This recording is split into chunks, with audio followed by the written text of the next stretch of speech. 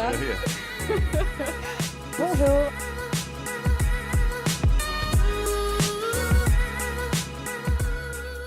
Bonjour à tous, le 19 janvier 2017, il est entré dans la légende du Vendée Globe, remportant cet Everest des mers, la course autour du monde à la voile la plus difficile et la plus célèbre. En 74 jours, 4 heures et 36 minutes, il a pulvérisé de 4 jours le record établi par François Gabard en 2013. On est très heureux et très fiers de l'accueillir aujourd'hui au Figaro. Bonjour Armel Lecléache. Bonjour. Merci d'être ici avec nous sur le plateau de l'émission aujourd'hui. Héros des mers, vous êtes un héros des mers, même pour quelqu'un qui n'est pas très emballé par les éloges, qui a du mal avec les compliments, vous acceptez ce qualificatif ? Bon, plutôt un grand sportif, un peu aventurier. Après, héros, c'est vrai qu'on m'a souvent comparé à donner ce nom-là en arrivant et les semaines qui ont suivi avec toute la rencontre avec le public et les médias. Pour moi, je considère plutôt les héros, les gens qui vont sauver des personnes voilà, à travers le monde, comme les médecins, les pompiers ou voilà, toutes ces personnes qui font des gestes de bravoure incroyables. Voilà, moi, je me considère plus comme un sportif d'abord et qui réalise des exploits. Voilà. Un héros aux Mais yeux un du héros, public. oui, parce qu'on fait voyager les gens. C'est vrai qu'à travers nos aventures, nos courses, on emmène beaucoup de gens avec nous qui vivent des émotions aussi à terre, qui se rendent compte finalement de ce qu'on vit un peu sur nos bateaux pendant ces 74 jours de mer. Et puis de partager ça avec les plus petits et les plus grands, c'est un grand bonheur. Alors il y a bientôt 1 an maintenant, après 2 tentatives, vous avez remporté donc cette course dont vous rêviez depuis l'enfance. On vous a vu ému aux larmes à l'arrivée. Quel souvenir reste pour vous le plus marquant de cette édition 2016-2017 ? Pour moi, le souvenir le plus marquant, ça a été l'arrivée, bien sûr, au Sable d'Olonne, le 19 janvier dernier. C'était pour moi la fin d'une histoire qui se termine en beauté. Ce Vendée Globe, c'est vrai que j'ai passé quasiment plus de 10 ans de ma vie à courir après cette course. Je l'ai fait 3 fois, 2 fois à la 2e place, et puis cette victoire enfin. Voilà, enfin, après 3 tentatives. De ne pas être le Raymond Poulidor de la navigation. Exactement, c'était voilà, faire une 3e fois, 2e, je pense que ça aurait été difficile à vivre. Et puis d'avoir vécu justement ce Vendée Globe avec encore une histoire qui s'est écrite au fur et à mesure des journées qui se sont passées, avec un scénario incroyable, notamment ce duel avec Alex Thompson pendant quasiment toute la majorité de la course. Jusqu'au bout, un suspense difficile haletant pour le public à terre et difficile à vivre sur mon bateau. Et puis voilà, l'arrivée, de retrouver finalement au Sable d'Olonne, sur cette journée, même si c'était très froid, mais sous le soleil, tous les gens qui m'ont accompagné pendant ces 10 années, qui m'ont aidé, qui m'ont soutenu, parce que tout seul on ne fait pas grand-chose. C'était un vrai bonheur. Et voilà, pour moi, c'était des instants de joie partagée et d'émotion. Vous avez tiré une leçon de chacune de vos 3 participations au Vendée Globe. Si vous deviez résumer chacune d'elles, qu'est-ce que vous en diriez ? C'est vrai qu'à chaque fois, le Vendée Globe, c'est une course où on apprend à se connaître. Bien sûr, on est confronté à soi-même devant les éléments, la dureté du parcours qu'est le Vendée Globe. On part quand même pour 3 mois en mer tout seul sur un bateau qui est difficile à mener. Je pense que le premier était vraiment initiatique. J'ai découvert beaucoup de choses. J'ai appris à passer moi, j'avais jamais passé plus de 20 jours en mer d'affilée. Donc là, je suis parti pour 89 jours en 2008. Votre objectif, c'était de le terminer. C'était de le terminer. J'ai découvert les mers du Sud, l'océan Indien, l'océan Pacifique. J'ai passé le Cap Horn. J'ai vécu des émotions incroyables. J'ai même participé à un sauvetage, celui de Jean Le Cam, juste avant le Cap Horn. Donc quand je suis revenu, finalement, ça a été pour moi une aventure formidable, plus quelque part qu'un exploit sportif. Et puis j'ai eu envie d'y retourner pour faire, justement, pour essayer de mettre un peu plus le côté sportif en avant. C'était la 2e tentative. Qui a failli être la bonne, d'ailleurs. Qui a failli être la bonne. Je suis tombé sur un jeune qui avait les dents longues, qui était François Gabard. Avec lequel on a fait un super duel et au couteau. Et puis voilà, il termine 3 heures seulement devant moi après 78 jours de course. Donc pour moi, c'était quelque part la satisfaction aussi de se dire, bon voilà, je sais maintenant, je peux être capable de gagner. Je n'avais pas réussi, j'avais fini 2e et François avait été le meilleur. Mais effectivement, ce 2e Vendée Globe m'a permis de me dire, je suis capable de pouvoir peut-être arriver un jour. Et le 3e fut finalement la consécration, le bon, parce qu'on s'est bien préparé. On a justement utilisé avec toute mon équipe, le team Mon Populaire, cette expérience ensemble de cette 2e place, quelque part cette défaite, pour essayer de progresser, améliorer un petit peu chaque détail et arriver plus fort, mieux préparé pour ce départ en 2016. Alors évidemment, cette victoire, comme vous le dites, c'est l'aboutissement aussi d'une passion et d'un travail acharné que vous racontez dans ce livre autobiographique qui est sur le plateau, Le prix de la victoire. Publier une biographie à 40 ans, c'est pas un petit peu jeune ? Alors, j'ai pas voulu effectivement faire une biographie. C'est plutôt pour moi l'histoire du Vendée Globe. Justement, c'est essentiellement ces 10 années passées à courir après cette course. Et bien sûr, j'explique aussi d'où je viens, comment j'ai appris à naviguer, ce qui m'a donné. Pourquoi vous avez souhaité le faire aujourd'hui, aussitôt? Parce que vos défis ne sont pas encore finis. Non, il me reste encore, j'espère, je pourrai écrire peut-être d'autres livres plus tard. J'ai voulu écrire ce livre parce que, déjà, voilà, après le premier Vendée Globe, on m'avait sollicité pour écrire mon histoire, mon aventure, ce que fait souvent pas mal de skippers, racontent leur course. Je trouvais que pour moi, c'était pas le bon moment.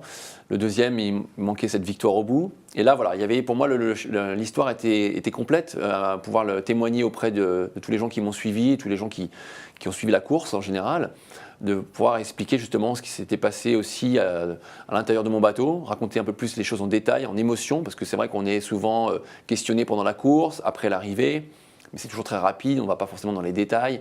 On a beaucoup de questions aussi des enfants qui nous suivent à travers les écoles, les classes. Donc j'ai voulu aussi raconter un peu tout ça et prendre le temps de bien expliquer les choses. Et puis finalement aussi de terminer pour moi cette aventure Vendée Globe, parce que je ne participerai plus à cette course. Ouais. J'en ai fait 3 fois d'affilée, 3 fois sur le podium. Et j'ai la chance avec mon partenaire Banque Populaire d'être sur de nouveaux défis. On va passer sur une catégorie encore plus impressionnante. Ces grands trimarans géants, ce qu'on appelle les ultimes. Un monstre des mers d'ailleurs. Exactement. On peut dire ça comme ça. Un monstre des mers, une Formule 1 des mers. 3 coques, 32 mètres de long, 23 mètres de large. Et ce sont des bateaux incroyables qu'on vient de mettre à l'eau récemment et avec lesquels on va s'attaquer à de nouveaux défis. Donc pour là, il y aura peut-être un livre à écrire dans quelques années. Alors revenons à votre ouvrage. Vous parliez je vous parlais de votre rêve d'enfant qui était ce Vendée Globe. Et du coup, vous revenez vous-même en arrière dans ce livre. Évidemment, on apprend à quel âge vous avez démarré la voile. Vous étiez tout jeune, vers l'âge de 9 ans. Je crois que c'est la voile à l'école qui vous a fait changer de vie pratiquement, qui vous a convaincu que c'était la voile vers laquelle vous alliez vous engager, la voie vers laquelle vous allez vous engager. Quelle joie, quel plaisir vous procure la voile déjà à cette époque-là, à 9 ans? Déjà, j'ai eu la chance d'avoir des parents qui étaient, notamment un papa qui était passionné par la voile. On a navigué en croisière familiale l'été, c'était les vacances, on partait sur le bateau du papa et on passait 3 semaines en Manche, on allait même des fois jusqu'en Irlande. Donc déjà, on a eu cet apprentissage finalement de ce que c'est la navigation, la vie sur un bateau. Et puis effectivement, après, j'ai eu la chance de faire la voile scolaire. On avait cette opportunité-là en Bretagne, d'où je suis originaire, d'apprendre justement à faire de l'optimiste à l'école, une journée par semaine. Et voilà, moi je me débrouillais plutôt bien. Et voilà, les moniteurs à ce moment-là m'ont proposé à ceux qui voulaient de venir le samedi à l'école sportive, au club nautique de Saint-Paul-le-Léon, où j'ai grandi. Et c'est vrai que moi j'avais essayé d'autres sports, j'avais fait du football. Gardien de but. Voilà, gardien de but. J'étais le plus grand, donc des copains, donc ils m'avaient mis dans les buts. Enfin, voilà, c'était un petit peu, on faisait un peu ce que faisaient les autres. C'était un peu, voilà, on était tous attirés par les sports classiques. Mais là, j'ai eu cette envie d'aller essayer quelque chose qui me donnait envie. Et puis, je me suis rendu compte qu'on pouvait faire des compétitions. Oui, alors justement, très tôt, vous êtes obsédé par la gagne. Vraiment, vous voulez absolument gagner. Qu'est-ce que vous cherchez dans la victoire? Même jusqu'à aujourd'hui, qu'est-ce que vous êtes allé chercher dans ces victoires? Je crois que ça a été peut-être l'envie de faire aussi bien que certains. Quand j'ai fait ma première compétition, justement, à l'âge de 9 ans, là, j'ai pas gagné. Au contraire, j'ai d'abord appris à découvrir ce que c'était une régate, une compétition avec un parcours, un départ à prendre et puis une arrivée. Voilà, j'ai dû terminer au milieu de peloton. Je ne sais plus, vers la 20e, 30e place. Et puis le soir, quand on range son bateau, qu'on va à la remise des prix avec tous les copains et les copines, et qu'on attend le palmarès, et puis on voit le dernier qui monte et qui a gagné la course et qui reçoit une coupe, moi ça me donnait envie, tout simplement, parce que j'aime aussi la compétition, le fait d'essayer d'être le meilleur, en tout cas d'arriver à un certain niveau d'exigence. Vous essayez de comprendre chaque fois pourquoi ça n'a pas marché. Vous êtes chaque fois très sensible à mais pourquoi moi ça n'a pas marché à ce moment-là? Qu'est-ce qui a fait que je me suis trompée ou je n'y suis pas arrivée? Et vous cherchez et vous travaillez chaque fois vos points faibles. J'ai eu la chance d'avoir des entraîneurs et des gens qui m'ont accompagné, qui m'ont appris justement à prendre du recul un peu et savoir utiliser justement ces échecs, en tout cas les jours ou les compétitions qu'on ne gagne pas. Moi, j'ai pas gagné tant que ça de régates, j'en ai gagné quelques-unes, des belles, comme le Vendée Globe, la Solitaire du Figaro et d'autres. Mais c'est vrai que notamment quand je faisais de l'optimiste et après j'ai fait d'autres dériveurs, J'ai jamais été champion de France, j'ai jamais gagné de grandes régates. Mais voilà, à chaque fois, j'ai essayé de comprendre pourquoi, comment je pouvais améliorer mon niveau, mes performances. Parce que voilà, quand on est jeune et qu'on est soumis à beaucoup de compétitions, on essaie de comprendre pourquoi les autres font mieux que nous. Ça fait partie un petit peu de ma culture. Voilà, ma culture, aussi mon éducation, parce que je crois que ma maman et notre maman nous poussaient bien sûr à être aussi performants à l'école. Donc on était aussi très suivis de ce côté-là. Moi, j'ai fait des études scientifiques. J'aimais aussi ce côté un peu cartésien, voilà, d'essayer de comprendre les choses. Voilà, j'aimais bien les mathématiques, j'aimais bien la physique. Ce qui m'a beaucoup aidé finalement après dans mon cursus d'ingénieur. Voilà, et dans mon cursus ingénieur. Et derrière, justement aujourd'hui, quand on construit des grands bateaux de course au large, il y a beaucoup d'ingénierie, il y a beaucoup de systèmes électroniques, informatiques et de haute technologie. Donc pour moi, c'était une aide aussi dans mon développement. Mais quand on est jeune, voilà, d'avoir cette formation m'a aussi aidé justement à essayer d'analyser un peu plus les choses, parce que la voile reste un sport complexe. Il y a beaucoup de paramètres. Tout à fait. Et sur le plan du mental, vous dites à plusieurs reprises dans le livre que vous comprenez très tôt que le pire adversaire, c'est vous-même, que c'est vous contre qui vous devez vous battre. Est-ce que vous pouvez nous expliquer ça un petit peu plus précisément ? Oui, parce que c'est vrai que moi j'ai été quand même un spécialiste de la course en solitaire. J'ai fait toutes les grandes courses qui existent aujourd'hui au monde, dont la plus difficile qui reste le Vendée Globe à ce jour. Et donc on est bien sûr confronté aux adversaires, à la météo, au bateau, à la technologie, mais surtout à soi-même, parce que quelque part le mental est très important. Quand on fait une course en solitaire, on doit tenir dans les émotions, dans les moments aussi où on se retrouve décroché par rapport au classement, ou aussi quand on est en tête, il faut aussi savoir gérer ses émotions, ne pas s'emballer, ne pas non plus faire n'importe quoi. Donc ça aussi, j'ai appris avec l'expérience, avec les courses que j'ai vécues. Et puis, c'est un moment où on se rend compte que quand on fait le Vendée Globe, une course qui est tellement longue, c'est l'épreuve sportive au monde qui est la plus longue en durée. Et à un moment, effectivement, le mental, l'humain est très important. Et voilà, c'est vrai que mes 2 premiers Vendée Globe m'ont servi beaucoup, notamment dans cette victoire cette année, parce que je me suis retrouvé notamment sur ce final haletant avec Alex Thompson depuis le Cap Horn, quasiment un mois de course, où il revenait vraiment plusieurs fois très très près de mon bateau. Et j'aurais pu très bien craquer, me dire bon voilà, je finirai jamais premier, ce ne sera pas pour moi. Non, j'ai essayé d'utiliser justement cette expérience de mes courses précédentes pour essayer de tenir bon, et j'ai réussi à tenir bon.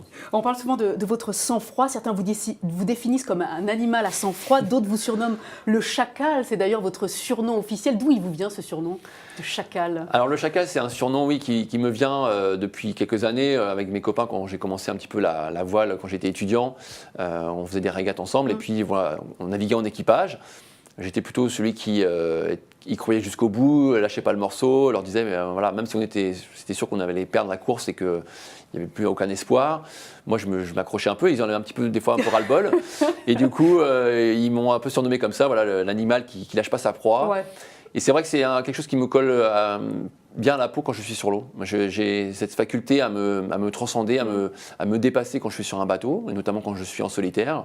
Je sais aller dans la difficulté, dans la dureté, l'adversité, la persévérance. Et alors qu'à terre, je suis un autre personnage, je suis plus quelqu'un d'assez posé, calme, bien avec tout le monde. Enfin voilà, j'ai pas ce côté agressif que peut être l'animal quand il est hargneux quand il est sur l'eau.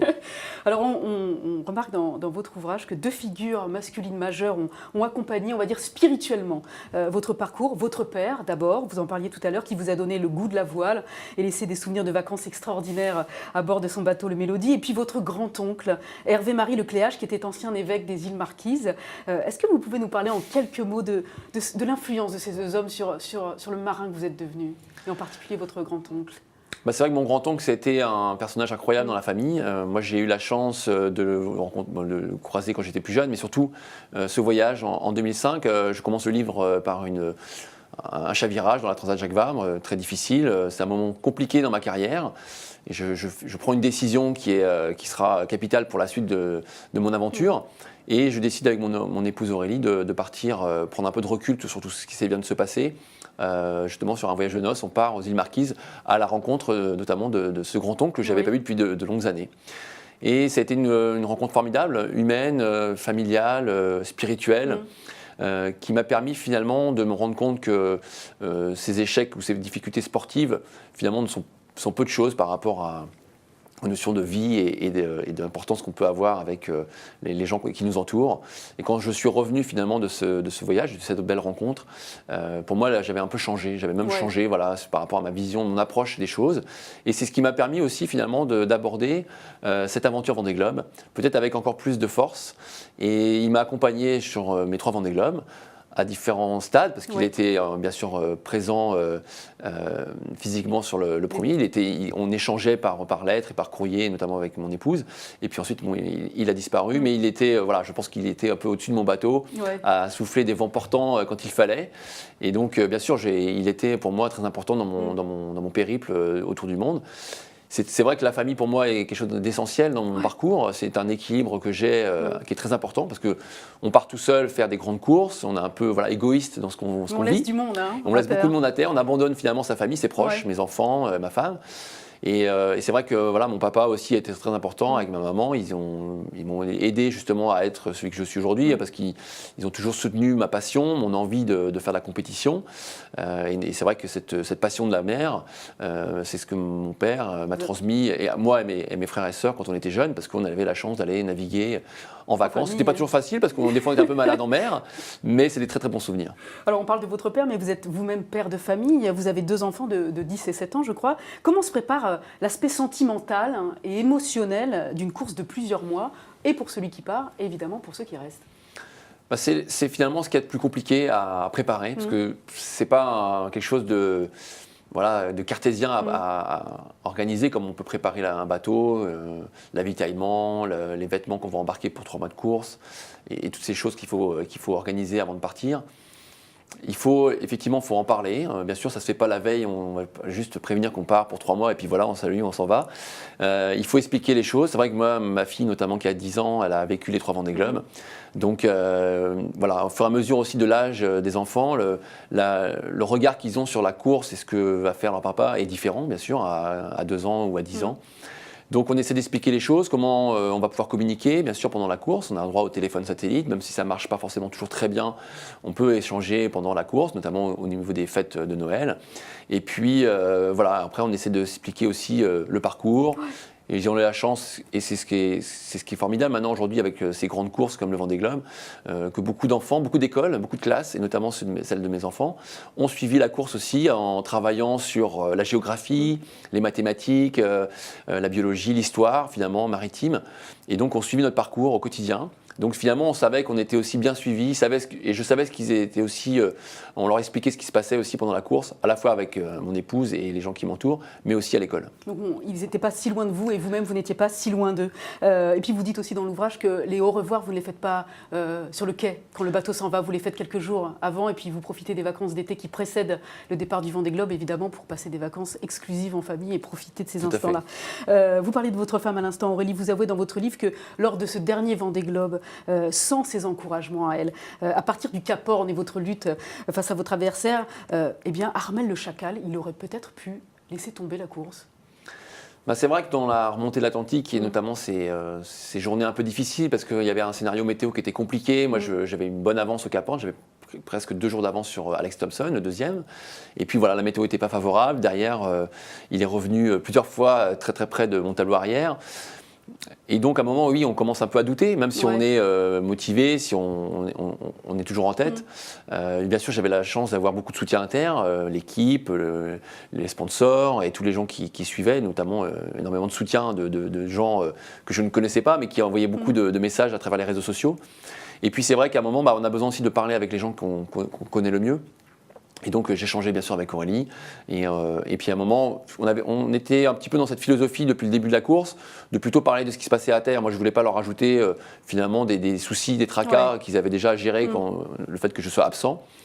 Et à un moment, elle a su aussi, elle s'est rendue compte que j'étais un petit peu dans la difficulté, qu'à un moment, il fallait un petit peu remotiver Armel. Et donc, elle a trouvé les mots qu'il fallait. Et puis, ça a rajouté justement un peu plus d'énergie pour finir la course.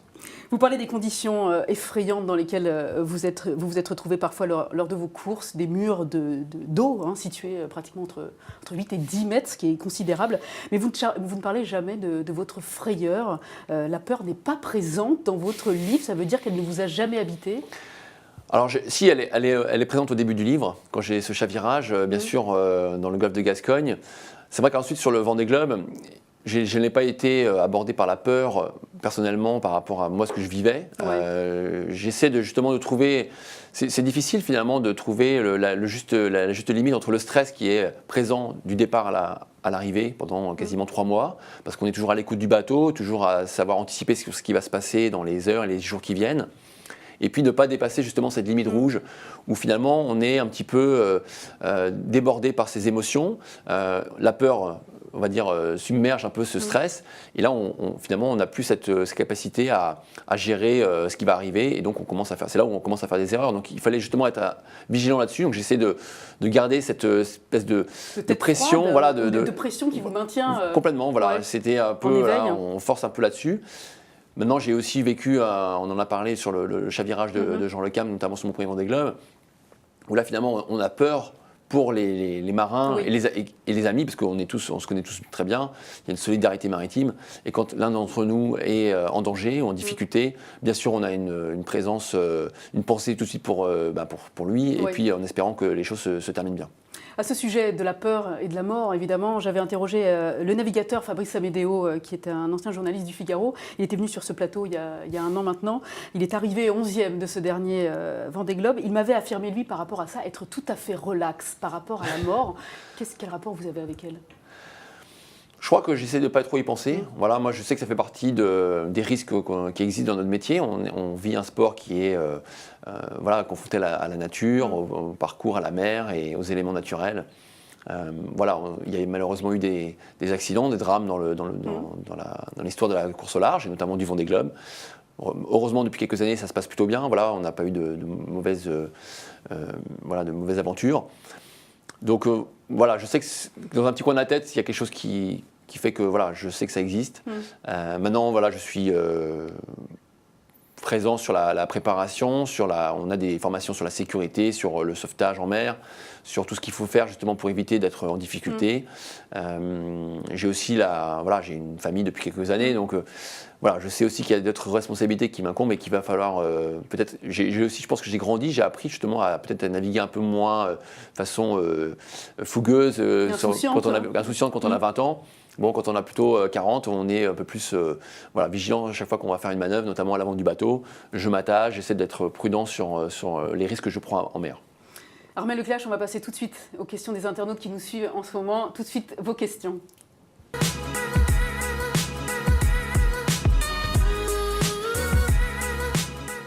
Alors, il y a Vivi, merci pour vos questions Vivi, qui vous demande quelle relation aviez-vous avec les animaux, les poissons, les dauphins ? Est-ce que certains vous ont suivi ? Alors, on a la chance d'avoir rencontré beaucoup d'animaux marins, notamment les baleines, les dauphins qui nous accompagnent de temps en temps, notamment les dauphins. Et puis, ce qui est incroyable, c'est ce qu'on ne voit pas forcément quand on traverse l'Atlantique, quand on est en Bretagne, quand on navigue. Ce sont tous ces oiseaux, et notamment les albatros, qui nous accompagnent dans les mers du Sud. Ce sont des voyageurs aussi. Et donc, on a cette présence finalement de vie autour des bateaux, même dans les conditions très difficiles, même en pleine tempête, ils sont présents. On se demande comment ils font aussi, eux, pour dormir et pour manger. Et c'est impressionnant de les voir voler autour du bateau. On a l'impression d'être juste, on a cette chance de passer là où eux, c'est leur pays, c'est leur terre, et nous, on est en train d'avoir cette chance de passer. Et ensuite, dès qu'on passe le Cap Horn et qu'on remonte vers des eaux un peu plus chaudes, des températures un peu plus chaudes, ils s'éloignent du bateau et puis on se dit au revoir. On est triste quand ces amis animaliers nous lâchent. Ouais, alors c'est vrai qu'il y a une certaine tristesse parce qu'ils nous ont accompagnés pendant un petit moment, mais on sait qu'on les retrouvera peut-être dans quelques mois, dans quelques années. Moi, j'ai eu la chance de faire 3 tours du monde. Il y en aura un bientôt dans 2 ans avec un nouveau type de bateau, les grands trimarans. Donc, quelque part, dès qu'on finit un tour du monde, c'est aussi ça, c'est assez étonnant. On est content quand ça se termine, on est fatigué, on est usé parce que c'est un gros challenge. Et puis, finalement, quelques semaines, quelques mois après, là, on a une grosse envie, c'est d'y retourner. Beaucoup de personnes sont évidemment enthousiastes à votre égard et remarquent le héros que vous êtes. Philippe dit « Les vrais héros sont des personnes humbles et qui ont de l'empathie », visiblement, c'est ce qu'il remarque chez vous. Alain dit que vous êtes le Thomas Pesquet des mers, ça vous fait plaisir. Vous trouvez une similitude justement avec l'astronaute français ? C'est vrai que pendant notre course, le Vendée Globe, on avait ce parallèle finalement avec Thomas Pesquet qui était aussi lui Alors il tournait autour de la planète mais un peu plus vite que nous, plusieurs fois par jour peut-être. Et on a failli même à un moment avoir un échange. C'était un petit peu compliqué à organiser au niveau communication. Mais c'est vrai qu'il y a beaucoup de points communs, notamment quand j'étais rencontré pas mal d'élèves et de classes finalement après mon aventure. Beaucoup aussi m'ont parlé de ce qui s'était passé, de ce qu'ils avaient suivi l'aventure de Thomas Pesquet. Et donc oui, on est ravis d'avoir justement cette génération d'aventuriers dont je fais partie. Qui emmène avec nous beaucoup de gens derrière nous, et soit en mer ou dans l'espace. Philippe demande, le dicton dit qu'on construit sa victoire sur des défaites. Quelles sont les défaites que vous avez vécues avant, qui vous ont construit sur vos victoires aujourd'hui? Oui, bien sûr, c'est ce que j'ai voulu essayer expliquer dans le livre, parce que pour moi, je n'ai pas gagné du premier coup, j'ai eu tout un parcours semé d'embûches. Il y a eu bien sûr ces 2 participations au Vendée Globe, notamment la deuxième place en 2012 à 3 heures seulement du premier, qui a été vraiment une vraie frustration. Absolument incroyable. Incroyable. Ce temps-là n'existait pas jusqu'à présent. En général, c'est ce compte en jours. Hein. Voilà, c'est l'écart le plus faible qui existe sur une course autour du monde de 78 jours. Donc finalement, ça m'a beaucoup servi. Ça m'a appris beaucoup de choses, notamment avec l'équipe, pour essayer d'améliorer justement chaque détail. Et puis voilà, il y a eu beaucoup dans ma vie, et je l'invite à lire le livre, parce qu'il y a eu tout un chemin initiatique finalement pour arriver à gagner des courses, que ce soit le Vendée Globe, mais aussi la course du Figaro et d'autres courses. Une question beaucoup plus terre à terre, on va dire, et qui intéresse, c'est vrai, beaucoup de gens. Armen demande combien on gagne quand on gagne une course. Alors ça dépend des courses. Il y a des courses où on ne gagne pas grand-chose, il y a des fois pas de prime à l'arrivée. C'est vrai que le Vendée Globe est une course qui est quand même majeure dans le monde sportif voile. Aujourd'hui, le vainqueur du Vendée Globe gagne 160 000 € donc à l'arrivée de la course. C'est l'équivalent de ce que gagne quelqu'un qui va être éliminé en 8e de finale à Roland-Garros. Oui. Donc pour comparer, juste à l'échelle d'un sport à l'autre. Voilà, nous on ne fait pas forcément ça pour l'argent, on sait que les primes de course ne sont pas forcément à la hauteur du risque et des investissements faits en amont. Tout à fait. Après nous on a des contrats avec des sponsors, chacun essaie de trouver des sponsors. Moi j'ai la chance d'avoir un contrat avec mon partenaire Banque Populaire, et donc on va plutôt négocier des primes ou un financement avec eux sur la durée. Alors une dernière question, celle de Christine, et ce sera la fin de cet entretien. Quand est-ce que vous dormez? Quand dormez-vous? Vous consacrez tout un chapitre effectivement à cet aspect-là des choses qui est évidemment essentiel. Complètement, et c'est vrai qu'il y a souvent cette question qui revient. Justement, j'ai voulu essayer dans le livre de raconter un peu plus en détail comment je m'organise, comment je dors à bord. Et les erreurs de débutant que vous avez faites Complètement. Alors pour être assez concis, sur le Vendée Globe, c'était en moyenne 6 heures de sommeil sur 24 heures. Par petite tranche, en moyenne 40-45 minutes. Donc à bord, j'avais un minuteur avec une grosse alarme. Et puis on essaie de dormir dès qu'on peut, dès que les conditions sont bonnes. C'est pas toujours facile. Et d'essayer il faut dormir. C'est un marathon, le Vendée Globe. Et donc ça s'est plutôt bien passé avec l'expérience de l'entraînement. Et puis tout ce que j'ai appris pendant toutes ces années m'ont permis de bien gérer ce sommeil pendant la course. Merci beaucoup Armel Lecléache pour cet entretien. Je rappelle votre ouvrage Le Prix de la Victoire qui est édité chez Robert Laffont. Et pour tous ceux que la voile passionne, on précise que jusqu'au 10 décembre se tient le Salon nautique de Paris, porte de Versailles. Merci encore. Merci. Et bon vent à vous. Merci beaucoup. C'est génial. C'est génial. Bonjour.